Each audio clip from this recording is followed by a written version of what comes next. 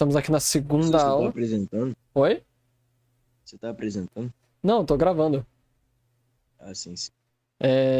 Eu só tô avisando que eu vou gravar. Avisar que eu vou gravar. Essa aqui é a segunda aula da turma da manhã. Vamos continuar os assuntos que nós estávamos trabalhando na última vez. Primeiro, o que nós falamos na última aula? Quem quer aí arriscar?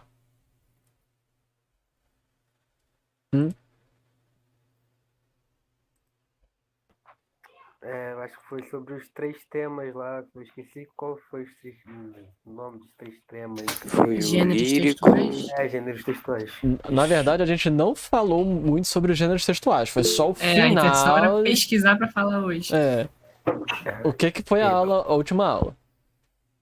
A gente leu a história do do personagem. Sim, que foi para a metade pro final da aula. Mas o que foi o que foi o começo? Qual foi o cerne da aula que a gente discutiu? Foi toda a primeira parte da aula. Lembram? Eu acho que foi definir o que seria arte. O que seria arte? Arte no geral ou arte em particular? Acho que em particular. No particular de quê? Do grupo. Da oficina. Exato, Turma. exato. Por que a gente definiu a arte no particular da oficina? Por quê? Por que isso é necessário?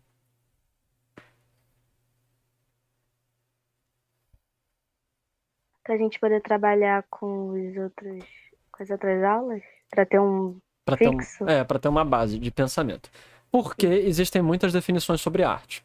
Inclusive, eu tive uma conversa ontem com um colega de exatas, que a gente discutiu longamente, falando que ele discordava. Ele dizia que não é possível ter um pensamento objetivo na arte porque ela é das ciências humanas e elas exatamente não são exatas. E eu discuti abertamente falando com ele que esse é um pensamento, exatamente o pensamento que eu quero contradizer. Porque as pessoas, ainda hoje, discutem e falam sobre como não dá para discutir a arte, todo mundo fala, a arte é o que você quiser e não sei o que. O grande problema disso é que com esse tipo de pensamento, esse tipo de discussão, não é possível discutir técnica artística. Se tudo é arte, tudo é igual, como eu já tinha falado, um raio de sol batendo no chão é arte. Você fazer uma bolinha de sabão e jogar no chuveiro é arte. Você cuspir no chão é arte. Tudo é arte. Então, esse relativismo absoluto, isso aí se chama relativismo. Quando você pega um conceito e relativiza para tudo. Especialmente porque esse é um relativismo extremo. Que é um dos problemas que nós estamos vivenciando na área de humanas.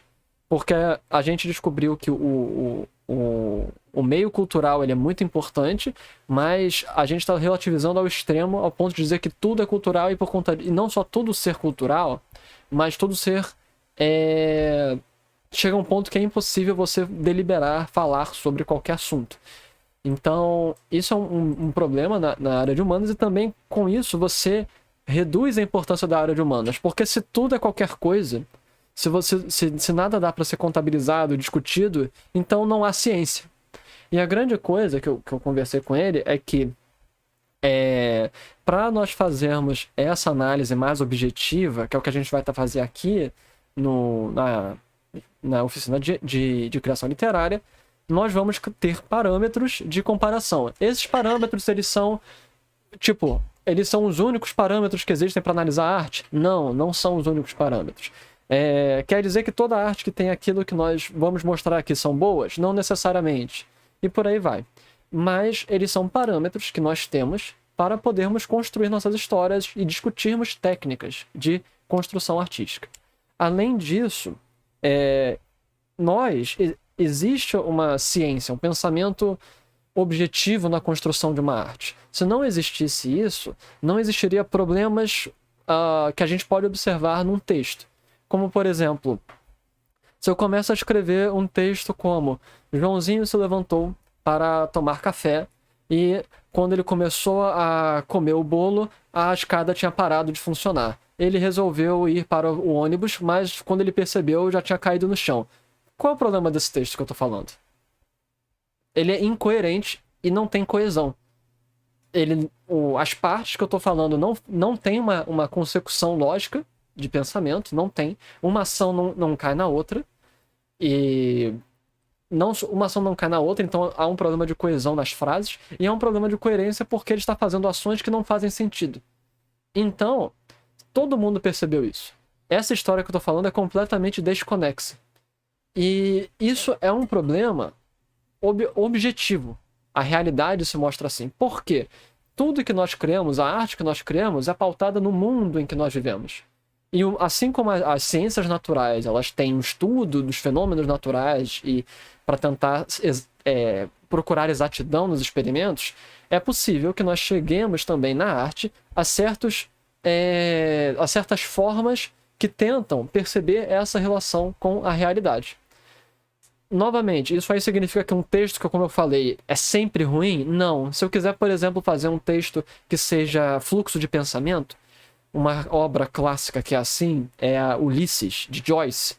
É uma obra de fluxo de pensamento, que o cara descreve o pensamento do cara conforme ele vai tendo.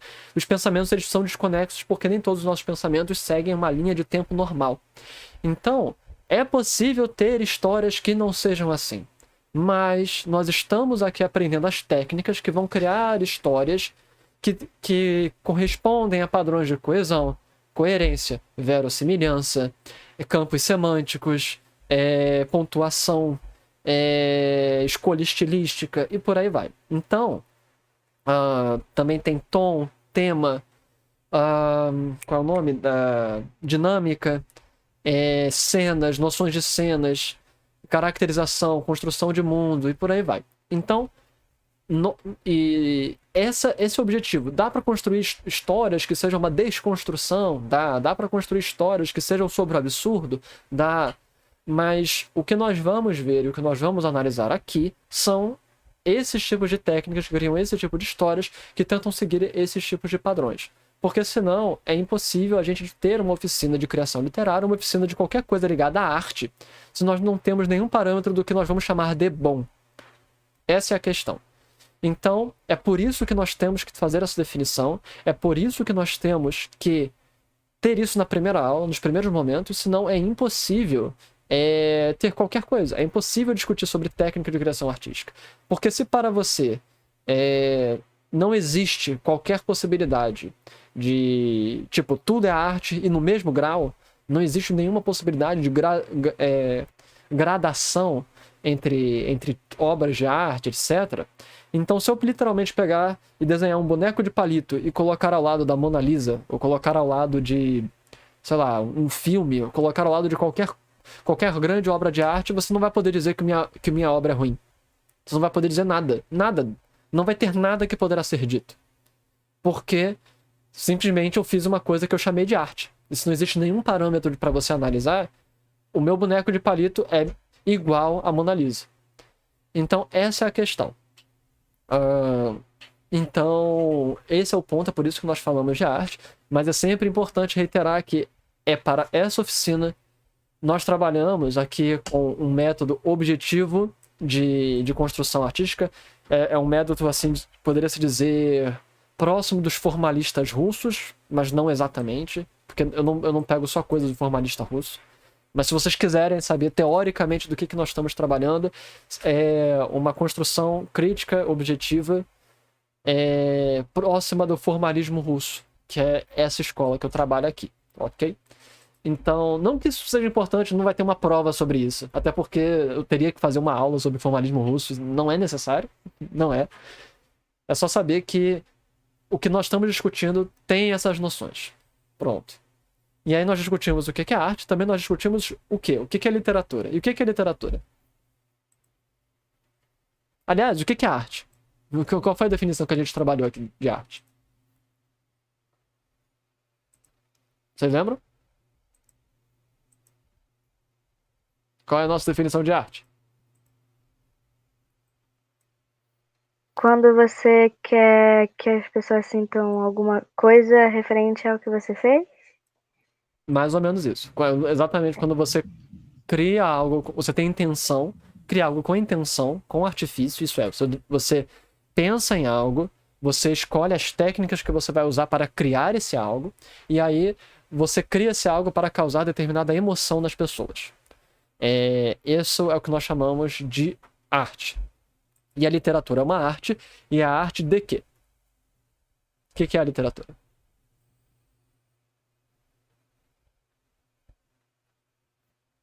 Hein?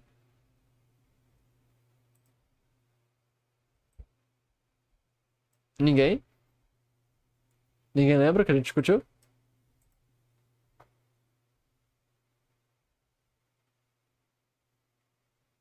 Então, literatura é a arte da linguagem. É a que trabalha com a linguagem, criando imagens. É arte linguística. A arte da linguagem é melhor. Linguística é o âmbito do estudo da linguagem do ponto de vista científico. Mas ela a arte é do âmbito da linguagem, cria o objeto artístico da literatura é a linguagem, e ela faz isso criando imagens na cabeça de quem está ouvindo as palavras. Ouvindo, vendo, percebendo as palavras. Ok, esse foi basicamente a nossa primeira aula. E aí eu deixei alguns trabalhinhos pra gente, pra hoje. Quais foram? Trabalhinhos... Escolher um trecho Sim. de alguma coisa e botar o tema, né? Falar o tema. E para eu pesquisar sobre narrativo, lírico e teatral. Isso. Basicamente, vocês lerem algum texto e verem o tom, não o tema. Tema é uma coisa diferente. Por exemplo, deixa eu pensar aqui. Professor, Eu. eu ia até te perguntar sobre isso. Queria saber se tem um formato específico para a gente mandar a atividade, se você quer que a gente mande. Não, vocês têm que Word, escrever em alguma coisa. documento, porque no final vocês vão entregar todos os textos pro pessoal do NEAN, se não me engano. Então, cada exercício vocês têm que ir escrevendo e é isso, escrever em documento. Salvar em um documento do Word, do LibreOffice, etc. Tá bom. Isso é necessário.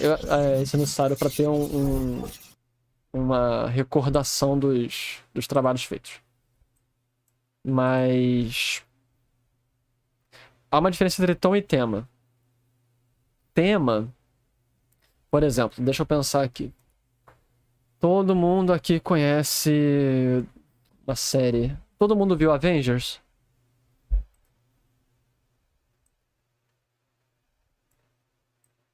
Ninguém? Teve uma pessoa que não viu. Deixa eu Eu ver. vi. Alguma coisa que todo mundo deve ter visto. Harry Potter, primeiro filme de Harry Potter. Todo mundo viu Harry Potter? Eu creio que sim. Eu sim. Pronto, vamos considerar Harry Potter. Primeiro filme de Harry Potter, todo mundo. Qual é o tema? Qual é o tom e o tema de Harry Potter? Qual é o tom de Harry Potter? Do primeiro filme.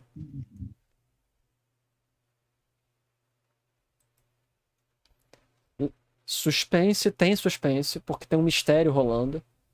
Quem é Voldemort? Fantasia? Qual? Qual foi o outro? Fantasia? Fantasia. É um tom do fantástico, da fantasia. Aventura. Eu não gosto muito de aventura, mas é um tom. Porque aventura eu acho muito genérico, mas tem também aventura, fantasia, suspense, etc. Então, Então são todos tons dentro de Harry Potter. Qual é o tema ou quais são os temas trabalhados em Harry Potter?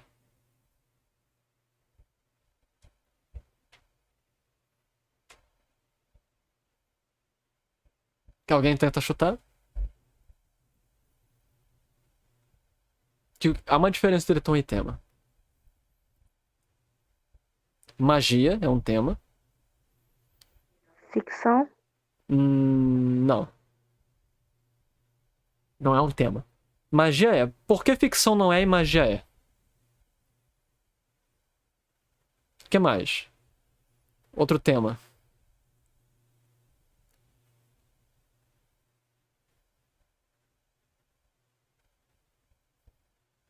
temas podem ser extensos, não precisam ser uma única palavra.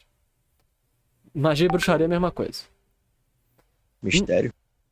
Mistério está mais pra tom. Entre suspense. O tema não é mistério. Magia mesmo é um tema meio fraco. A diferença de tom é a sensação, é o sentimento causado. Isso é o tom. Existem vários tipos de tom, como fantasia, comédia, drama, suspense, horror, terror e por aí vai. Os temas são assuntos trabalhados, normalmente assuntos morais ou assuntos... são coisas que você quer discutir dentro do livro. Tema de Harry Potter é a amizade em meio a pessoas que são deixadas de canto, que todos, o Ron, o Harry e a Hermione são pessoas consideradas assim, elas não são as pessoas populares, então é amizade em meio à diferença. Nós temos a questão da magia e bruxaria, é um tema muito forte, trabalhado em Harry Potter. Nós temos o tema da jornada do herói. Nós temos a temática de encontrar do peixe fora d'água, da pessoa que encontra seu caminho num mundo em que antes ela não tinha nenhuma possibilidade. Que Harry, ele era uma pessoa completamente desprovida, vivia uma vida sofrendo lá com os tios, até que ele descobre que é um bruxo e tem uma reviravolta na vida dele. Então, os temas são as coisas que você quer trabalhar.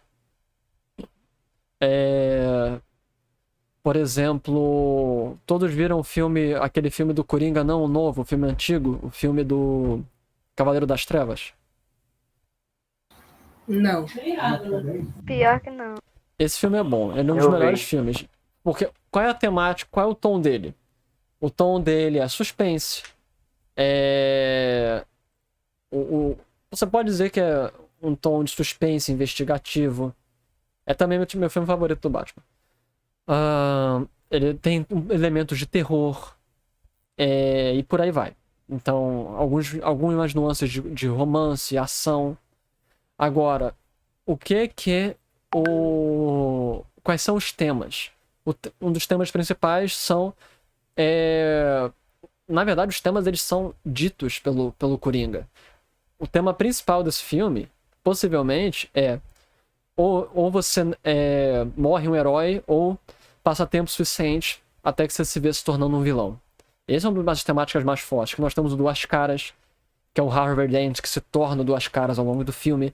Nós temos a tentação em cima do Batman. Nós temos também a questão de que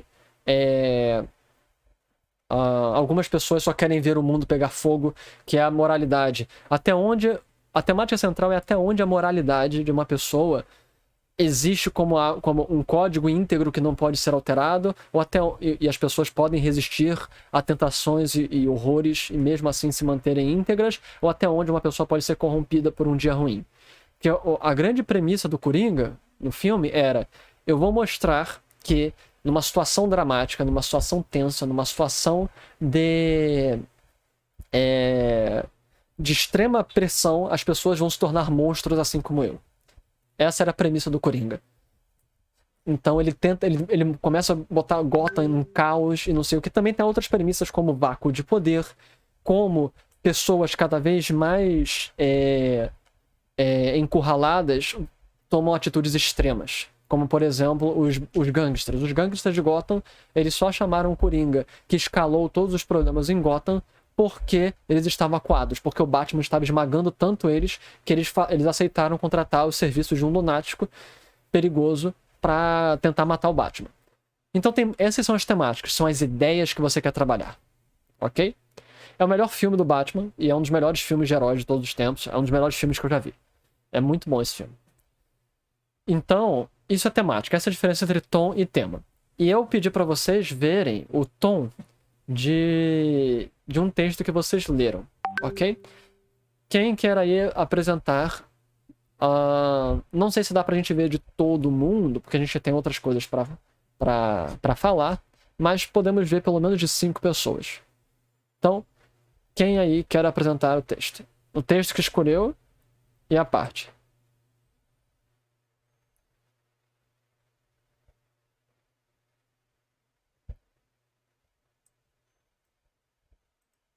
Hein?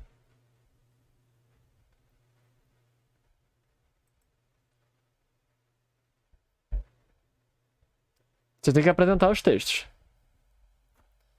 Apresentar os textos e pra gente poder ver. Senão não tem como eu saber se vocês estão tipo, compreendendo os assuntos.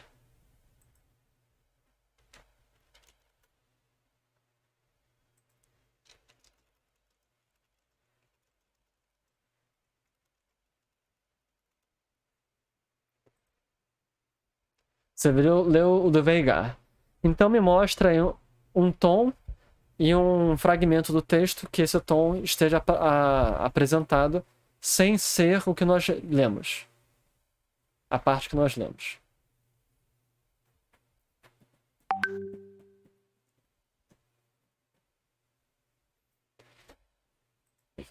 Vocês têm que fazer os exercícios para poder até mesmo mostrar para o pessoal do NEC que vocês estão fazendo. Ok? Se eu posso mostrar aqui o meu? Pode. Porque então o que eu vou fazer é, eu vou passar exercícios e vou considerar que vocês vão fazer, e aqui na aula a gente vai fazer outros exercícios. Kézia tenta... Eu acho que... não tem muito o que fazer. Você está travando... Eu não sei se eu desligar a câmera, me diga se fica melhor. Fica melhor para você se eu desligar a câmera? Porque normalmente quanto mais dado a internet tenta pegar, mais pesado fica. Então, talvez se você não tiver que fazer o download do meu vídeo, fique melhor para você. Me avisa aí. Lucas, pode falar. Eu compartilho a tela? Você pode compartilhar. Se for um texto pequeno, você pode postar na mensagem. O que você preferir.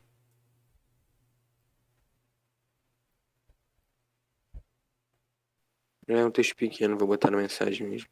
Certo. Eu acho que é pequeno.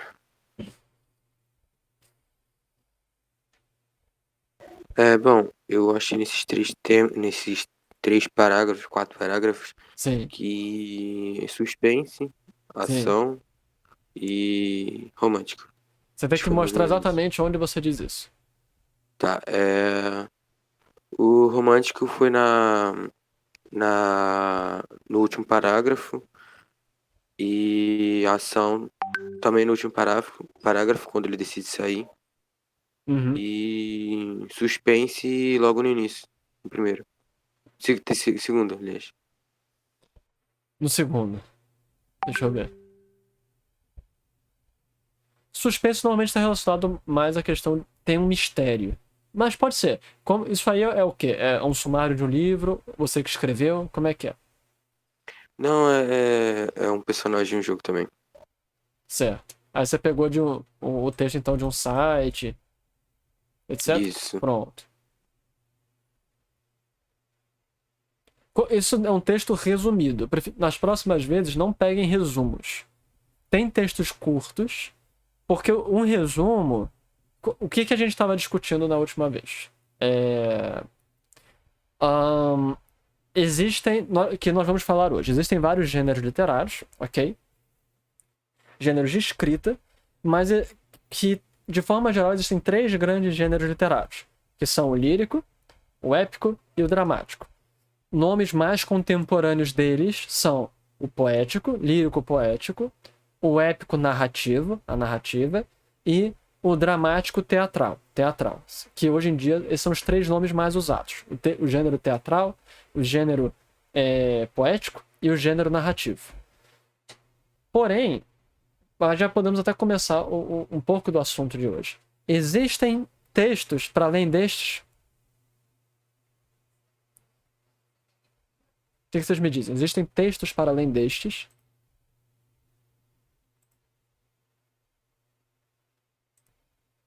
Sim. Pronto, você disse sim. Quais? Porque aqui a grande coisa da oficina é você balizar argumentativamente o que você está apontando. Se você diz sim ou você diz não, você tem que provar. Me prove porque sim. Textos além do quê? Do texto De narrativo, poético e teatral. Seria os subgêneros? Existem outros tipos de textos. Eu acho que pode ser... Bom, tem o teatral, que é para teatro. Tem o narrativo, que é mais histórias. Tem o poético, que é a poesia. Mas eu acho que é porque é considerado música também, né? Porque vai falar das letras de música. Mas é Sim. considerado poesia, né? Entraria no âmbito de poesia, as letras de música entrariam no âmbito de poesia.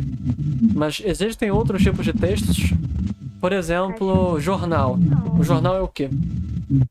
É um texto informativo?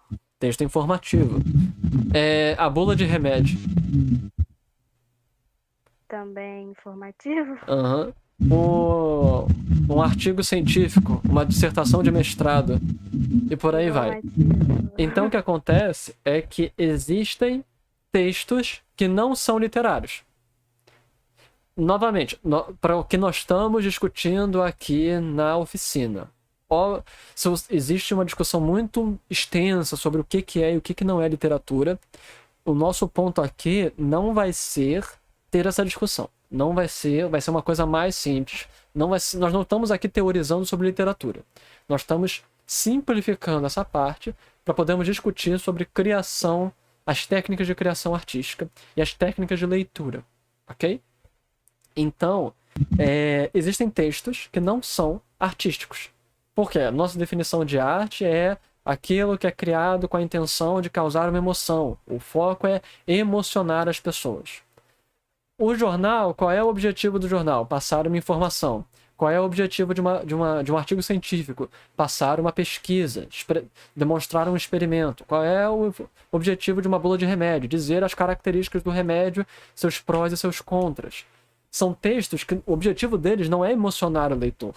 Você não lê uma bula de remédio para tentar sentir medo. Você pode até sentir, mas o objetivo não é sentir medo. O objetivo não é para sentir romance, você se apaixonar pelos elementos químicos que estão no remédio. Então, essa é a questão. Então, existem textos cujo objetivo não são especificamente causar uma emoção no leitor. E resumos não são textos literários, ok? Então, você está me mostrando um resumo. Esse é um resumo da história. E esse resumo não tem o objetivo de causar uma emoção. Ele tem o objetivo de resumir uma obra artística que essa sim causaria uma emoção. O resumo tem o objetivo de simplificar e informar a pessoa que está ouvindo, ou que está lendo esse texto, de um acontecimento que estaria nele. Por exemplo, eu posso resumir para vocês One Piece. Eu posso resumir para vocês Dragon Ball. Dragon Ball é a história de Goku, que é um alien, um Saiyajin que vai parar na Terra. Só que quando ele vai parar na Terra, como um bebê, ele bate a cabeça e perde sua programação de combate. Então, ele não se torna maligno como normalmente são os Saiyajins. Com isso, ele cresce normalmente na Terra, enfrenta diversos desafios até que se torna a pessoa mais forte da Terra. Quando eventualmente aparecem os outros Saiyajins para invadir o planeta, entre eles o seu irmão Raditz e os seus dois outros representantes, que é o Príncipe Vegeta, o príncipe de todos os Saiyajins, e Nappa, o seu guardião. Depois de ampla batalha, Goku e os amigos conseguem vencer dessa ameaça e protegem a Terra. Esse é um resumo de Dragon Ball e o começo de Dragon Ball Z. O foco não foi tentar passar as reviravoltas, as tensões, etc. Foi eu explicar para vocês. Você pergunta, o que é Dragon Ball? Dragon Ball é isso, isso, isso, isso e isso. Eu estou informando para você. Por exemplo, o que é Nagatoro-san? Nagatoro-san é um anime sobre um cara do segundo ano que é atormentado pela Kohai. Kohai é pessoa mais jovem na escola do que você. Ele é o senpai, ela é a Kohai. Ele é atormentado por Nagatoro, que é uma Kohai, uma garota do primeiro ano, mais nova do que ele, que o atormenta de diversas formas. E há várias insinuações de um possível romance que cresça entre os dois. É uma história de comédia romântica. É um anime de comédia romântica. Isso é um resumo. Então, o objetivo do resumo é passar uma informação.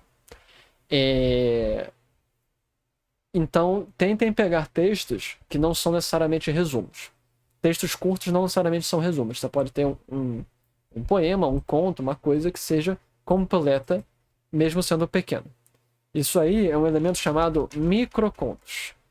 Deve ter aqui... Deixa-me achar aqui rapidamente na internet. Deve ter dezenas e dezenas de microcontos. Aqui. Vamos pegar um para a gente até fazer um exemplozinho. Cadê? Vou postar no chat. Perda irreparável, de Edival Lourenço. Tanto a dizer, de sonhos a compartilhar, mas de repente você se foi. Qual a aragem das manhãs, antes que eu formulasse os termos do discurso. Isso é um microconto. Microcontos parecem muito poesia. É quase indissociável o fato deles da poesia. Mas, no mínimo, você pode dizer que não é poesia porque ele não está no formato de estrofe. Mas, dentro desse texto, o que vocês sentem? O que vocês comentam sobre esse texto?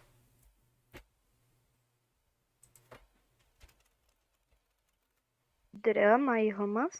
Você está falando do tom. Drama e romance, correto. Mas, o que mais? Vamos fazer uma análise maior.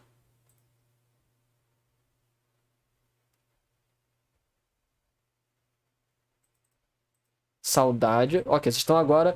Repare, saudade é um tema. Você está discutindo uma temática do texto, e a outra estava discutindo um tom do texto. O tom é as sensações que estão querendo ser impressas no leitor, e a temática são os assuntos que estão sendo trabalhados. Mas tem um assunto... Se nós estamos falando de tom e tema, qual é o tema principal desse texto? Perda? Perda, é uma perda irreparável. Alguém que perdeu o contato com outra pessoa.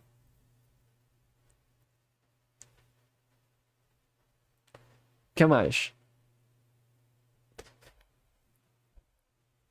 Vamos analisar mais esse texto. O que mais que a gente pode analisar?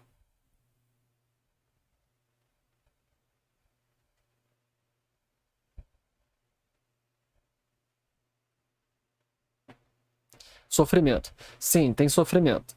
Mas o que mais? O que é aragem? Aragem é vento leve. Esse qual é uma forma mais antiga de falar tipo, ok? Como. Então, mas de repente você se foi tipo aragem das manhãs, como se fosse aragem das manhãs. Uma maneira de você ler um texto muito complexo é você trocar as palavras difíceis por palavras fáceis, ok? Então, essa frase aqui é bem difícil, mas de repente você se foi com a aragem das manhãs. Vamos traduzi-la para um discurso mais fácil. Como é que a gente traduziria?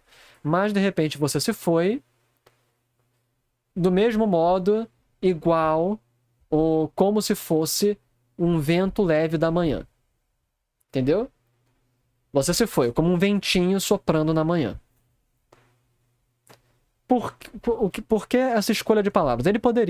O autor poderia ter escrito dessa forma. Por que ele escreveu com a laragem das manhãs? Me diga.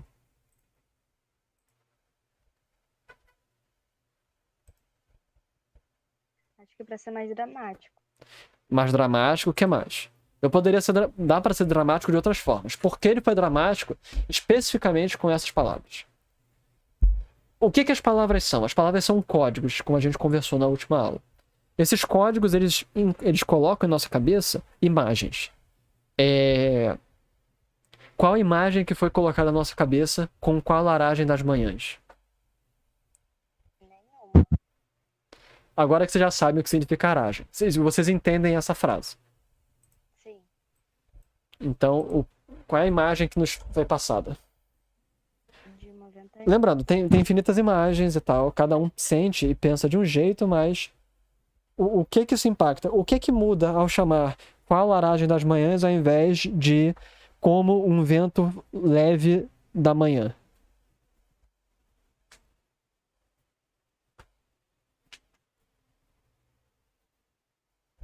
Alguém? Alguém? Não Vai entendi, pode repetir de novo. Nenhuma ideia. Então, o que que muda da maneira como a imagem, como vocês veem essa construção da imagem, entre qual aragem das manhãs e como um vento leve das manhãs?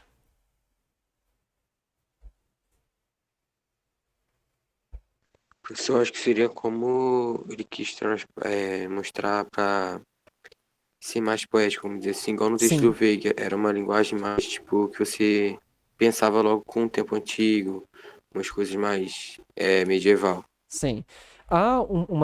Então nós podemos ver que essa escolha de palavras mais complexas é para trazer uma ideia de poética. Isso é uma questão da nossa língua, é uma questão especialmente da escrita ocidental, que é a nossa escrita, que ao utilizar palavras mais rebuscadas, antigas ou incomuns, nós damos um aspecto mais o quê? Grandioso, um aspecto mais solene. Vocês conhecem a palavra solene? Solene é majestoso.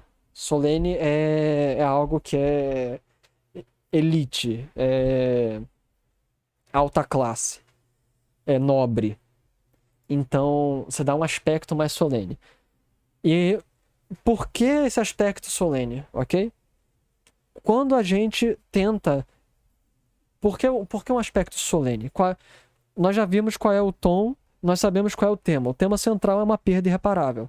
Alguém perdeu alguma pessoa que era muito importante para si. Essa é a temática. Então, por que o aspecto solene?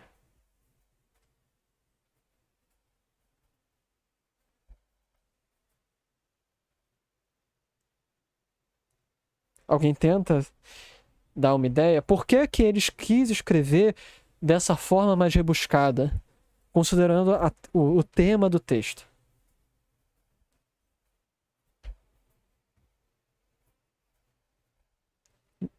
Não sabe dizer? Muito bem. O tema é perda irreparável. Creio que todos nós já perdemos alguma coisa importante em maior ou menor grau.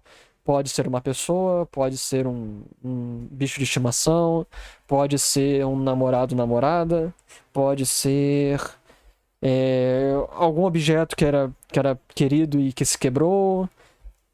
Eventualmente, todos nós perdemos coisas importantes na vida. Coisas que são irreparáveis. Perdemos e não dá para conseguir de volta. Vocês falariam dessas coisas como piada? Vocês iriam zoar isso? Tipo, o Megalod, sei lá, meu cachorro morreu, haha.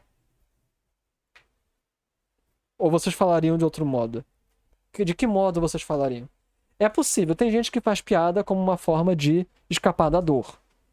Mas, de forma geral, nós falamos daquilo que nós perdemos quando nos é querido com solenidade. Nós falamos com um nível de respeito por aquilo que nós perdemos, porque era muito importante para nós e para outras pessoas. Então, a maneira dele estar falando isso é exatamente para solenizar, para emblematizar, para uma palavra que bonita, para fazer uma oblação. Oblação é uma palavra também antiga que representa adoração, uma oblação para isso que ele perdeu. Outra palavra que também vocês podem gostar de saber, existe a palavra nênia. Nênia são as canções fúnebres, as canções para quando as pessoas morrem. Então nós poderíamos dizer que esse microconto é uma nênia, é uma canção fúnebre. Nós não sabemos se a pessoa morreu, mas mesmo que se seja alguém que morreu ou um casal que se separou, eventualmente a separação lembra também um pouco a morte. Então, isso pode ser uma nênia, já que é uma perda irreparável. E por aí vai. Então, por isso, esse qual aragem das manhãs está aí. Porque ele quer solenizar esta imagem, ele quer que seja solene essa lembrança. Então, isso aí nós estamos vendo Vocês acham que foi alguém que morreu ou uma separação? Acho que uma separação. Acho que alguém que morreu. Isso aí é uma pergunta só aberta só para vocês conversarem, porque a priori eu não vejo se tem como saber se é um ou outro. Eu acharia que é alguém que morreu, porque perda irreparável é um termo muito forte para uma separação, mas a pessoa pode estar dramatizando a separação. É possível. Mas não sei, porque essa parte final. O que essa parte final quer dizer? Antes que eu formulasse os termos do discurso. Como vocês interpretam isso? Posso alguma coisa? Oi? Tá muito baixo, Júlia. Antes que ele dissesse alguma coisa? Antes que ele dissesse alguma coisa. Antes que ele se despedisse.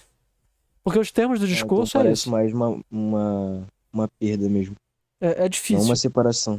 Exatamente. Pode ser um dos dois. Ou são os que eu principalmente vejo. Porque ele não teve o tempo de se despedir. Mas há uma outra questão. Antes que eu formulasse os termos do discurso, pode ser que ele foi pego desprevenido e não teve nem como responder. É tipo, a mulher ou o cara falou, eu quero me separar, ele ficou paralisado e não sabia o que dizer. Antes que eu formulasse os termos do discurso, antes que eu tivesse o que dizer, é isso que... Traduzindo, se você vê uma palavra, uma expressão difícil, tente traduzi-la para uma forma mais fácil. Então, antes que eu formulasse os termos do discurso, o discurso é uma fala preparada. Então, antes que eu preparasse os termos da fala preparada, da fala estudada, então antes que eu soubesse o que dizer, antes que eu tivesse algo a dizer. Então é possível as duas. Mas isso é um microconto, ok? Vejam que mesmo sendo menor do que aquele resumo, do ponto de vista artístico, ele fala muito mais do que aquele discurso, do que aquele resumo. Porque o resumo, ele tem o objetivo só de passar as informações. Passar as informações, ideias, mas sem usar artifícios, sem usar construções estilizadas, sem utilizar dinâmica, coisas que nós vamos ver. Quer ver? Me digam agora o resumo desse texto.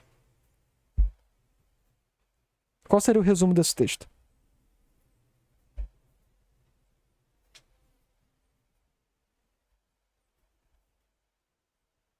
Alguém tem algo? Uma separação. Uma separação é muito curto. Elaborem. Se eu perguntar pra você, você pode até me responder. Uma separação faz sentido. Tipo, sobre o que é esse texto? Uma separação. Mas aí tá muito resumido. E nós não sabemos se é uma separação. O resumo desse texto é um cara comenta sobre o que ele sente após perder o contato com alguém. Pode ser uma separação. De certa forma é uma separação. Você pode considerar uma separação sim, como a morte. É que normalmente a separação, a palavra separação está relacionada e muito relacionada à questão romântica, de relacionamento. E não com morte. Você não fala, eu me separei do meu cachorro. Como assim? Tipo, seria muito estranho. Eu me separei do meu cachorro. Como assim? Não, ele morreu. Ok. Então, como a gente não sabe se é uma separação ou a morte de alguém, eu caminharia por isso. Esse texto, resumidamente, é um cara falando sobre o sentimento da perda de contato com algo querido. Até que a morte nos separe. Mas quando a morte separa, você não fala, fui separado da minha esposa. Fui separado do meu marido. Você não chega e fala, senhores, eu me separei da minha esposa. Poxa, o que houve? Não, ela morreu. Ninguém vai falar isso. Senhoras e senhores, fui separado do meu filho. Como assim? Tomaram a guarda? Não, ele morreu. Então, tipo, não rola. Isso é muito interessante. Lembra o que a gente falou sobre linguagem, né, galera? Porque a linguagem nos determina. A palavra separação tem essa força muito grande na nossa língua. Então a gente não usa... Tipo, soa muito estranho falar que eu me separei do meu filho, por exemplo. A mãe foi separada do filho. Ah, alguém roubou o filho, não sei o que, não, o filho morreu. É tipo, não faz sentido. A gente não usa essa forma de expressão. Mas então, fizemos esse preâmbulo todo, vimos algumas coisas, vamos falar dos gêneros. Vocês leram sobre os gêneros literários? Isso tudo também está relacionado a gênero. A gente está discutindo sobre o resumo, que não é um gênero literário, pelas definições do que nós estamos falando aqui na nossa oficina. Não é um gênero literário. Nós falamos de os textos literários. E quais são os três? Nós falamos dos três. Que é o lírico poético, o narrativo, o épico narrativo e o dramático teatral. O que vocês têm para me falar sobre esses três gêneros que vocês leram em casa? Alguém?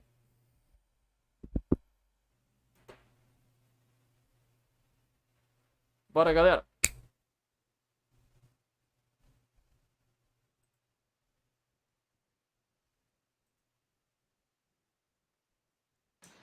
O épico narrativo, ele, como o próprio nome diz, ele tem essa questão, né, de ser épico e geralmente há a presença de um narrador, né, que conta a história de fundo. Sim. O que mais? Quais são as Narrador. características do épico? O épico narrativo.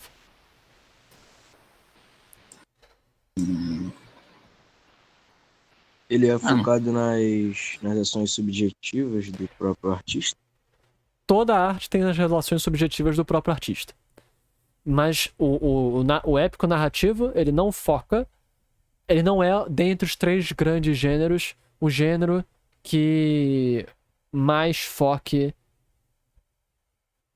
Oh, não, minha internet... Ele é mais, Alô? sei lá, Alô? normalmente está presente em histórias mais fantasiosas, por assim dizer, Alô, vocês estão me ouvindo?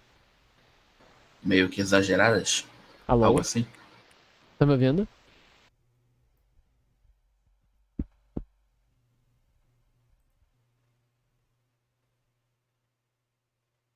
Professor, tô travando seu áudio. Minha internet tá caindo. Alguém tá me ouvindo? Não. Minha internet. A net oscilou um pouco, mas eu acho que eu voltei. Então, como eu tava falando do épico, o épico narrativo, vocês estavam conversando. O épico ele tem algumas características. Uma que é... Tinha falado sobre o subjetivo. O Felipe tinha falado sobre o subjetivo da pessoa, eu não sei o quê. Sobre o subjetivo do artista. Toda arte trabalha o subjetivo do artista. Então, falar que o épico trabalha, todos trabalham. Mas o que pode se dizer é que existe um desses gêneros que foca principalmente no subjetivo do artista, que o enfoque é esse, mas não é o épico narrativo. O épico narrativo está relacionado à questão de uma narração, de uma história sendo contada. O enfoque está na história sendo contada, personagens, um enredo, um começo, meio e fim. Isso aí, obviamente, estamos falando de 95% das histórias do mundo. Existem histórias que não seguem esse padrão? Sim. Existem histórias que são diferentes? Sim. Mas vamos, por enquanto, antes de nós irmos para os níveis extremamente complexos, vamos para coisas mais simples. A Ana Carolina falou de clímax, desfecho. Sim. Começo, meio e fim. Tem alguns padrões para a construção épica, que quando a gente falar especificamente sobre o épico, sobre a narração, a gente vai falar sobre eles, que inclusive esses padrões, a gente encontra eles também nos textos de redação do vestibular. Você tem uma introdução, você tem 2 parágrafos de desenvolvimento e você tem um fechamento, uma conclusão. Em quase todas as histórias que você vir, vocês também vão ver isso. Vocês estão me ouvindo ainda? Alô? Alô? Sim. Ok. Eu tô. Então, todos até os textos de redação são assim. Veja que as histórias literárias também costumam ter um início, que acontece, entra um conflito, e aí você tem o desenvolvimento desse conflito, aí você tem a escalação, que normalmente esse desenvolvimento ele é mais extenso do que o começo e o fim. Aí você tem o segundo parágrafo de desenvolvimento, que é o terceiro ato. E aí, entre o terceiro e o quarto ato, você tem o clímax e o fim da história. Literalmente, essa é uma das teorias do teatro. O teatro antigo ele tinha 3 atos, o teatro moderno costuma ter 4 atos. Que é a base para a construção e o enredo contemporâneo. Então, é muito interessante perceber que nossa maneira de contar histórias e pensar e formular ideias é relativamente semelhante. E o que você aprende na construção literária, você também pode aplicar para a construção de outros tipos de texto. Não é para ser igual, se vocês construírem exatamente igual na sua redação do vestibular, vocês podem zerar a redação, porque são formas diferentes de escrita, até porque a redação do vestibular não é um texto literário. Não é um texto artístico, é um texto informativo. Então são grupos completamente diferentes, mas as lógicas são as mesmas. E as noções de coesão e coerência você aplica em tudo. Coesão, coerência e verossimilhança você vai aplicar em tudo. Então, isso é o narrativo. Outra coisa importante do narrativo, qual é a estrutura do texto? A estrutura é a forma, o formato do texto no papel. O formato do texto na plataforma, porque hoje a maior parte das leituras não são por papel, são digitais. Qual é o formato do texto? Hein, galerinha? Formato do texto.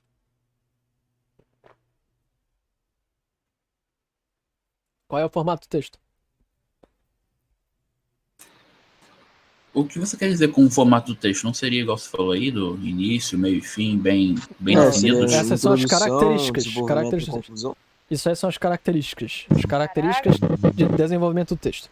Qual é a forma que ele toma no papel? Qual é a formatação dele? Parágrafos? Parágrafos, exato. É parágrafos e prosa.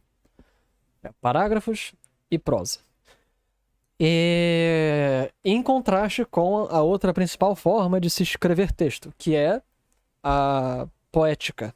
A lírica poética. Eu vou sempre falar os dois nomes, ok? Mas eles são equivalentes.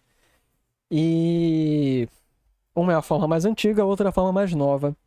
Eu falo para vocês saberem os dois nomes. Se alguém falar da lírica, vocês vão saber o que é. Se alguém falar da poesia, da forma poética, vocês vão entender. Só um detalhezinho, poética também é um termo que significa a arte particular de escrever de um escritor. Ou a teoria literária de um escritor. Então você pode encontrar poética de fulano. A mais clássica de todas é a poética de Aristóteles. Mas só para vocês saberem que existe isso também. Mas quando eu estou falando aqui de poética, eu vou estar falando do gênero. O gênero poético e o lírico poético. Então, no lírico poético, qual é a estrutura? Qual é a formatação do texto? Um formato de poema, né? Aí você está falando do tamanho do texto. E tem poemas longuíssimos. Por exemplo, me deem um exemplo de um texto, de um poema gigantesco. Tem vários. Mas me deem um.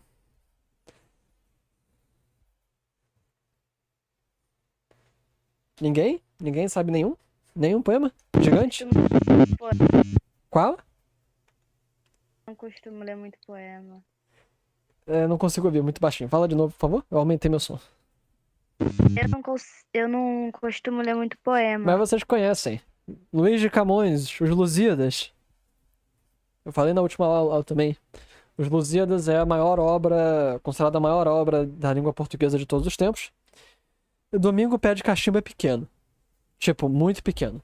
Mas nós temos Severino. Como é que é? Meu nome é Severino, não Severino daqueles, Severino de Pia. Qual é o nome dessa obra? Eu esqueci agora.